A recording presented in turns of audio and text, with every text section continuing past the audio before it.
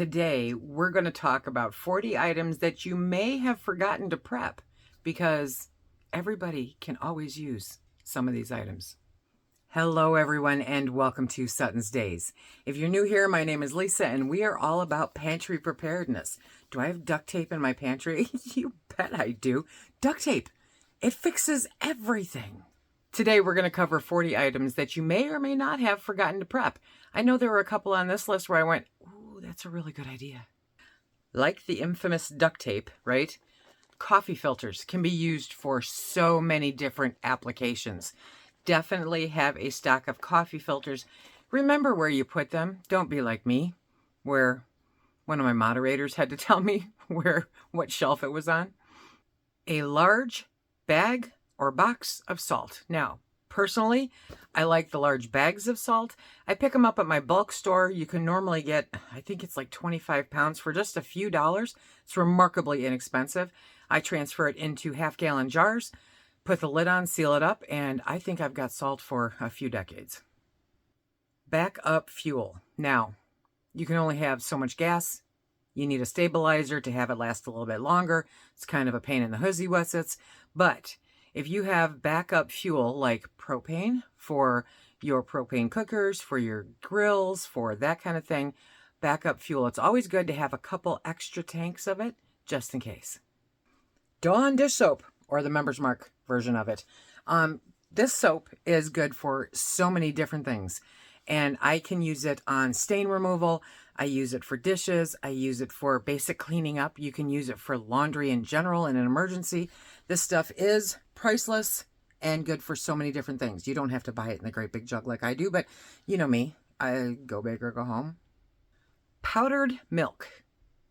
You don't know what you're missing until you don't have it.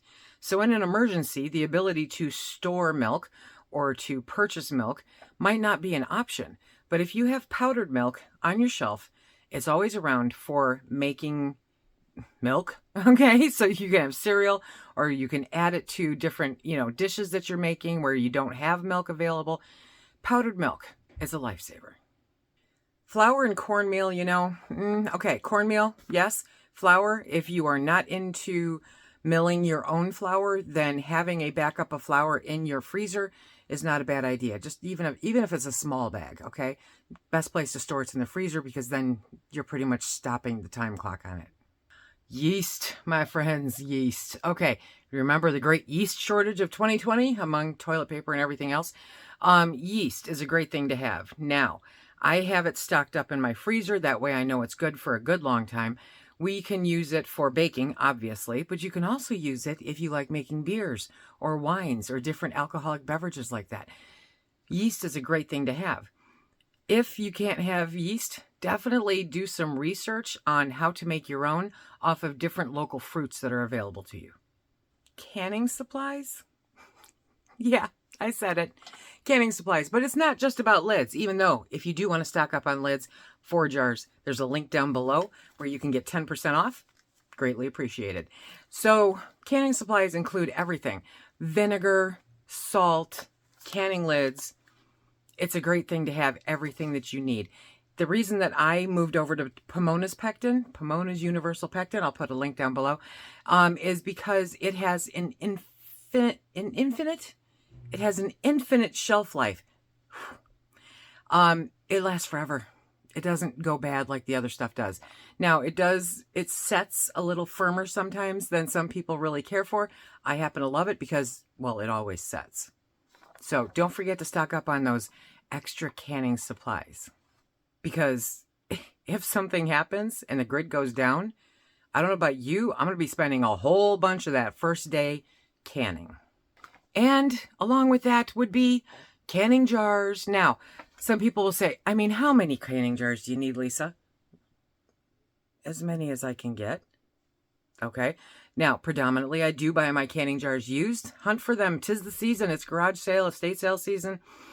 You can find them cheaper than new most of the time. However, if that's not an option or you're not interested in that, then definitely when you can, stick an extra case of them in your shopping cart. You will never regret having them. Because canning jars aren't just for canning, they're also for storing your dried goods. comes in handy a lot.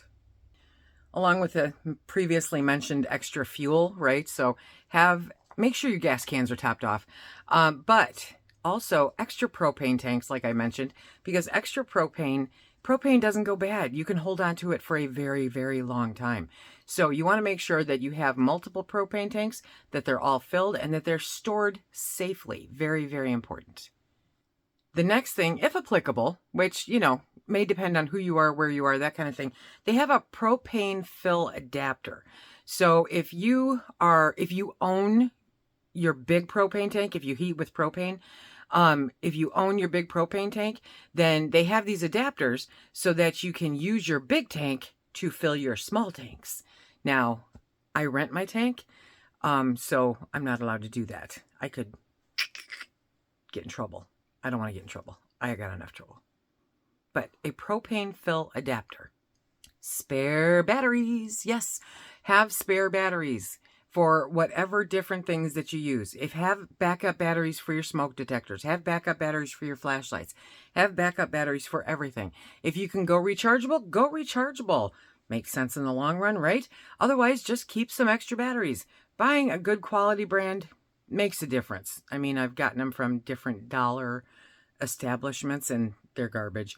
They don't last long and they don't store long. But I've purchased from Boxed, I've purchased from Sam's Club, and they're fine. They last a good long time. And we've always got backup batteries for every little thing that we might possibly need. Now, I know this is a big one. Okay? But a generator. Now, generators can run from $500, $400, up to quite a few $1,000s, right?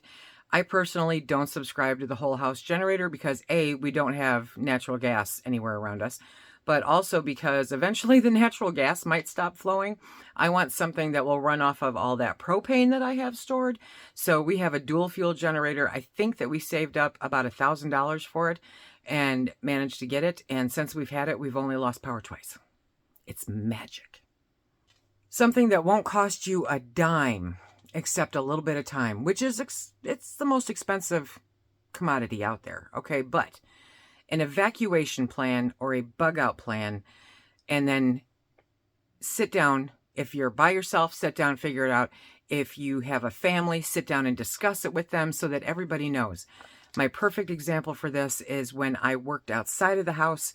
I mentioned to Phil that if anything ever happened, what are you going to do? And he goes, I'm going to come find you. And I said, do not do that. I work 12 miles from home. I will get here. It might take me a little bit, but I will get here. Stay here so that we're not searching for each other. I will come to you. You stay here, vice versa. So figure out an evacuation plan that everybody knows, okay? So that if you're all in different areas and something happens, you all know where you're supposed to meet. You all know where you will find each other.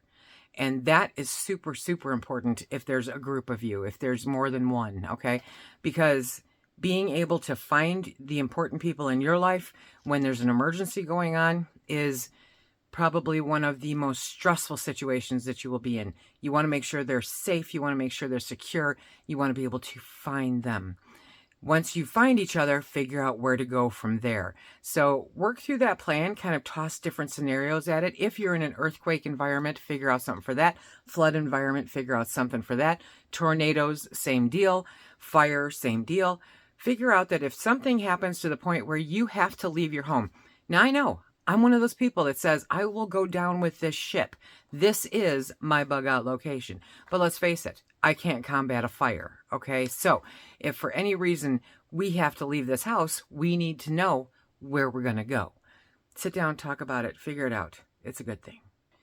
I know it's crazy difficult to do, okay? Talk to your doctors, and this is not going to be applicable for all medications, but if you can, get extra medications, get an extended prescription, get that 90, 100, 120-day prescription, stock up on the over-the-counter stuff that you know that you use regularly. It's important. Think of some grid down communications. So there's a hurricane, there's a tornado, there's a fire. Grid's down, phone lines aren't working. How are you going to communicate with each other?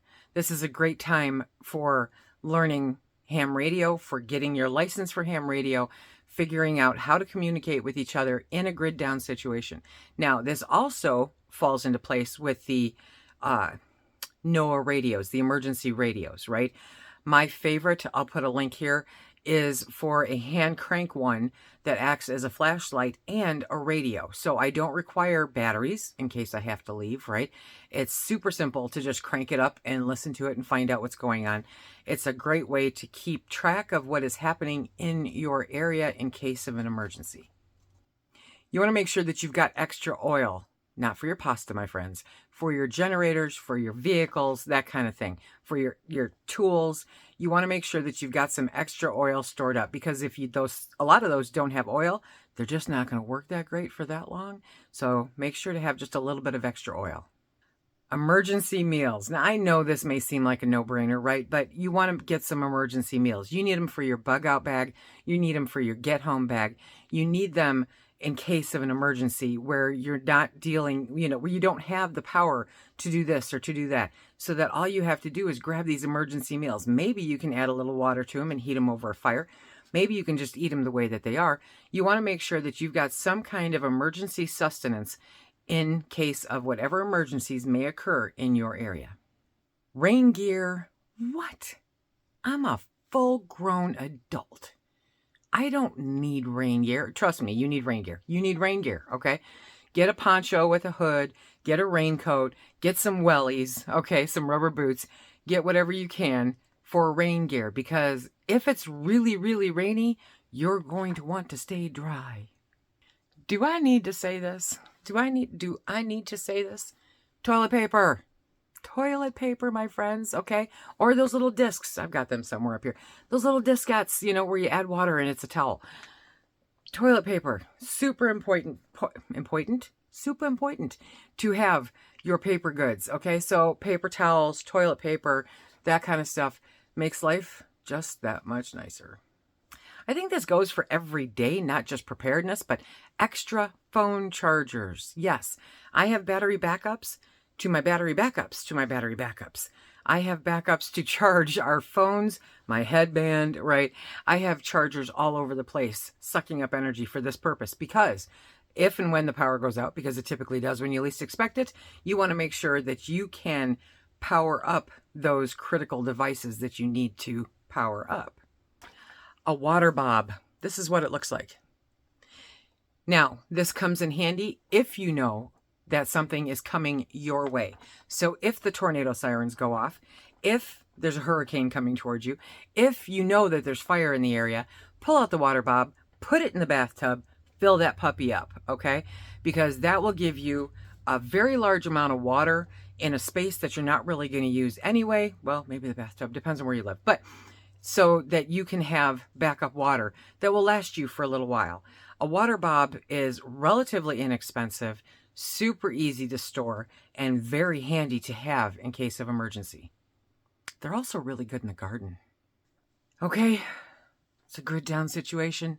Everything's crazy. No, it's a Sunday and you don't feel like leaving the house, and you have gas in your car but not in your lawnmower, and you're not going to be able to empty the gas in your car completely to fill up the lawnmower, but you can pull some out so that you can at least finish mowing the lawn without having to drive all the way to town.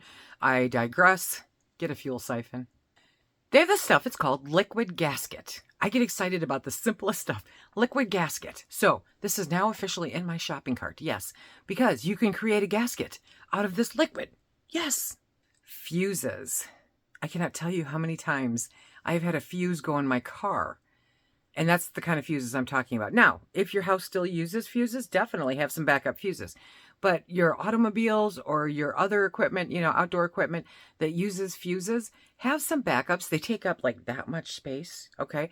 They're really handy to have around, and you won't regret having them sitting with your preps.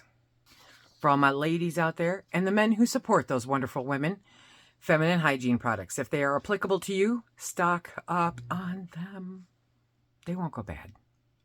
Strong, good, quality padlocks and chains. These are important. They really are. If you want to keep people out of something, these are going to be a big time saver. Unless the next thing on the list, a bolt cutter. Unless they have one of those. And they might, but A strong padlock and chain can come in handy. And a bolt cutter, especially if you're somebody who frequently loses her keys, those come in handy too. Plastic sheeting and tarps, my friends. Grab some, okay? Plastic sheeting, not too expensive at your local hardware store. Tarps, same deal. You can normally find sales and stuff on them. They are good to have around. So many uses. Highly recommend them. I keep one in the truck because you just never know. Extra extension cords and power strips. Now, obviously, this is not going to help you during a grid down situation, right? But extra extension cords and power strips can help you when you're dealing with a whole bunch of stuff all at once, trying to figure out where everything gets plugged in. Don't overload them. Don't overload them. But it's good to have extras around because you just never know. For the woman who always goes barefoot all the time, I cannot stress this one enough. Extra shoes or boots. Good shoes and boots. Now, I know it's going to cost a little bit more money. I get that. I'm barefoot as often as humanly possible. However, when I'm going to do something outside, I put on some kind of shoe or boot that is applicable to walking in the chicken coop, or walking through the raspberry bushes that will tear your clothes up, or walking in the ditch to go get asparagus that I saw growing. Quality shoes and boots. Have a pair in your vehicle. Have a pair in your bug out bag, in your get home bag. And I'm not talking about heels, okay? No. If you work outside of the home and you wear fashionable shoes as opposed to comfortable shoes, you want to make sure to have a comfortable pair of shoes in your vehicle so that you can get home in case you can't drive. Now, right along with shoes, they have shoe goo. What? Yes. Okay, say it with me. Shoe goo. You can't help but smile. Shoe goo. Anyway, it is a quick, easy repair for the soles of your shoes. So say you wear down a part of your shoe, shoe goo. There's a link down below. It's super cool. I love it. Who uses maps anymore? Because we use our phones. Our phones tell us when to turn left, when to turn right, and how many feet. Recalculating. However, if all of that goes down, you need a good map of where you are. So if you are in your hometown, you still might need to know exactly how to get home a different way than the normal way that you do when you drive. You may need to take a closer look that on foot, it would be shorter to go this way than it would be if you were in your car. So a good local map to tell you all of the streets, it's a good thing to have. In your bug out bag, and I'm not talking hundreds of dollars, okay? In your bug out bag, in your preps, you need cash. Cash is king. It will be for a very long time, hopefully, as long as we all fight the whole, electronic thing. Cash. Some kind of cash. Doesn't matter if it's silver or paper. Cash. The next one is kind of a twofer. It is a propane lamp. Now, typically, these will throw out light 1,000 feet. So in an emergency where there's no electricity and you're in the dark, these come in handy fantastically. They're really good and economical in the long run, okay? You don't have to worry about candles burning down. You don't have to worry about batteries running out.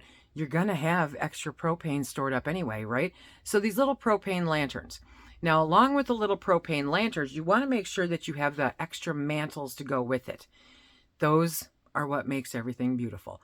So have the propane, have the lanterns, have the extra mantles. As always, don't forget the duct tape. Duct tape. Okay, duct tape will make the world a better place. You can close it up, block it off, tie it up, shut them up with duct tape. It's great. Make sure to add that on.